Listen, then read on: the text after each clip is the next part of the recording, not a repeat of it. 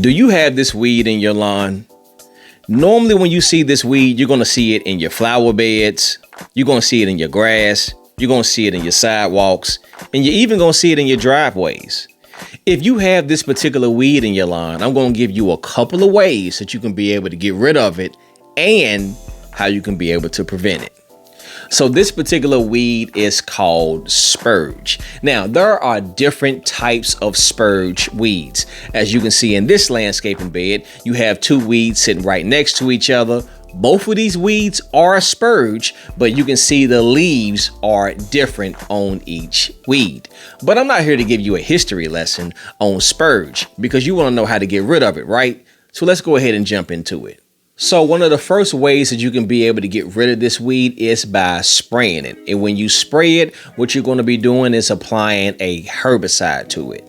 Now, there are several herbicides that you can be able to use to get rid of this particular weed. But one of the ones that I like to use is Speedzone. And this is going to be for cool season lawns, or Speedzone Southern. And this is going to be for warm season lawns. So for cool season lawns, tall fescue, ryegrass, Kentucky bluegrass. Warm season lawns, Bermuda grass, St. Augustine grass. These are the lawns that you're going to be spraying these particular products on. Now, if you don't want to order anything online and you want to just drive down the street to one of your local big box stores and then pick up something that can be able to take care of it, one of the products that I suggest you get is this right here. Now, this is Ortho Weedclear. Now, this particular kind is the one that you can be able to use when you're spraying it in a 1 gallon, 2 gallon, or 4 gallon pump sprayer or backpack sprayer. But they do have some where you can be able to hook up to your water hose, and they do have the kind where you can be able to just walk up to the particular weed and just spot spray it. Now, there are two different kinds, okay? The ones that has the orange cap, just like this, these are for cool season lawns. Then they have the ones that have the purple cap. Those are for warm season lawns. So don't be spraying this on a warm season lawn because it's not for warm season. Remember, this is for cool season lawns. This is for warm season lawns. Now, if you're going to spray any of these in your landscaping beds, don't spray them near any of your plants as you may damage them. Now, one thing that I always say is, if you're not going to plant something in your landscaping beds, then spray them. If you are going to plant some plants there in the future, don't spray them.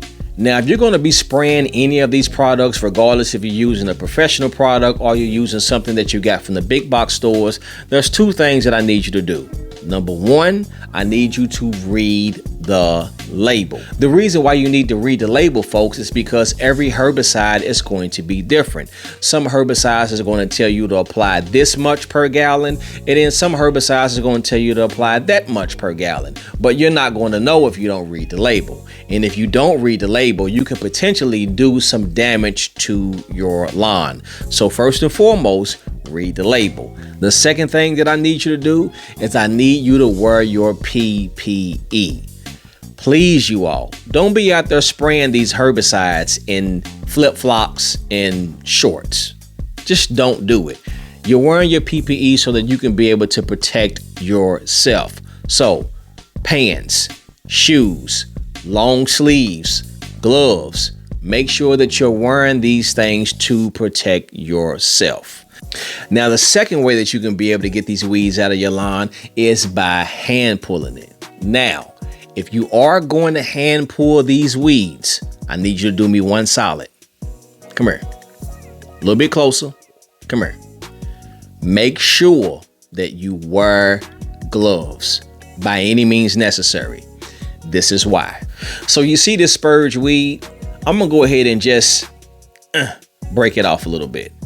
Now, you see this white part that's in the middle of this weed? Watch what I do with it. You see how I'm rubbing it on the gloves? You see how this particular weed is leaking? Now, this white milky residue, what you see is called a milky sap. Now, if you're not wearing gloves and you're hand pulling these weeds and this stuff gets on your skin and you have sensitive skin, it can irritate you.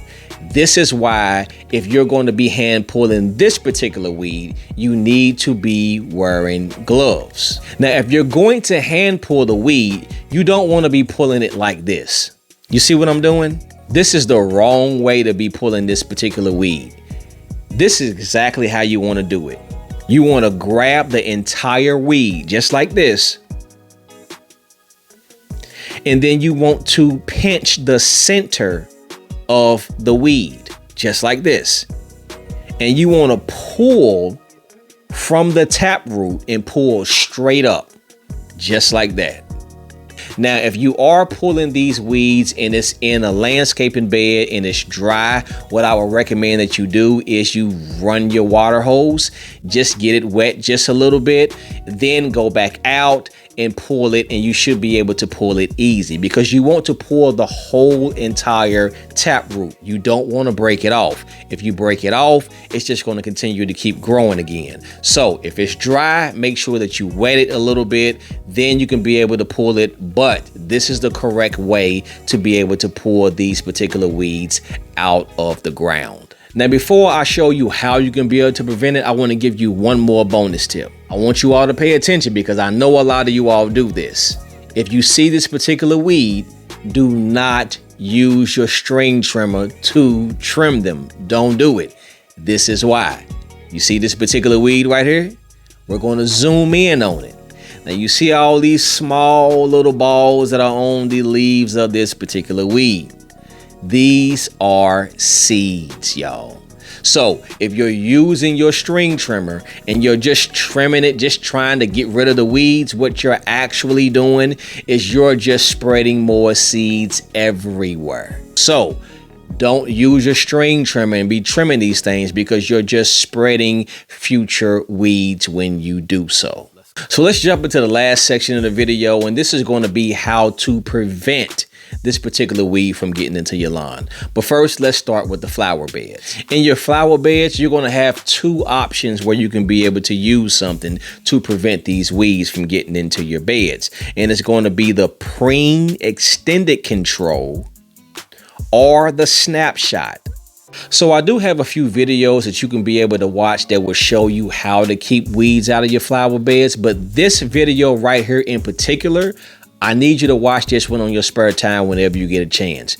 The reason why is because I go into detail in this video and I show you exactly what rates you need to be using to keep certain weeds out of your flower beds. Because we all know that everyone normally would just grab their spreader or they'll grab their preen and they go out there and just shake it and then they say, okay, everything is fine. But what you don't know, especially when you're using Snapshot, is there are certain rates that you need to apply to your flower beds to prevent certain weeds. And I go over those things in detail in that video. So make sure that whenever you get some spare time, check that video out so you will know exactly how much the preen or Snapshot that you need to apply to your flower beds to keep these particular weeds out of your flower beds. Now, if you don't have these particular weeds in your flower beds and you have them in your lawn, you're going to be applying a pre-emergent like Dimension or Barricade. And studies have shown if you're going to be applying these pre-emergents, it's best for you to do a split application because you will get better control when you're trying to keep these weeds out of your lawn. But of course, I have videos for that too. So I hope this video has been helpful to you all. Now, like I always say, if you do have any questions, make sure that you put them down in the comment section. Now, if I'm not able to answer one of your questions personally, I'm pretty sure someone from the Polo Fields Lawn Service family will answer one of your questions and get you going in the right direction. Because that's what we do here, baby. We help each other. I'm not only here just to motivate you, I'm here to give you a strategy so that you can be able to have the best lawn that you've ever had. This is your boy Polo from Polo Fields Lawn Service. Y'all have a blessed one, and I'll see y'all in the next one.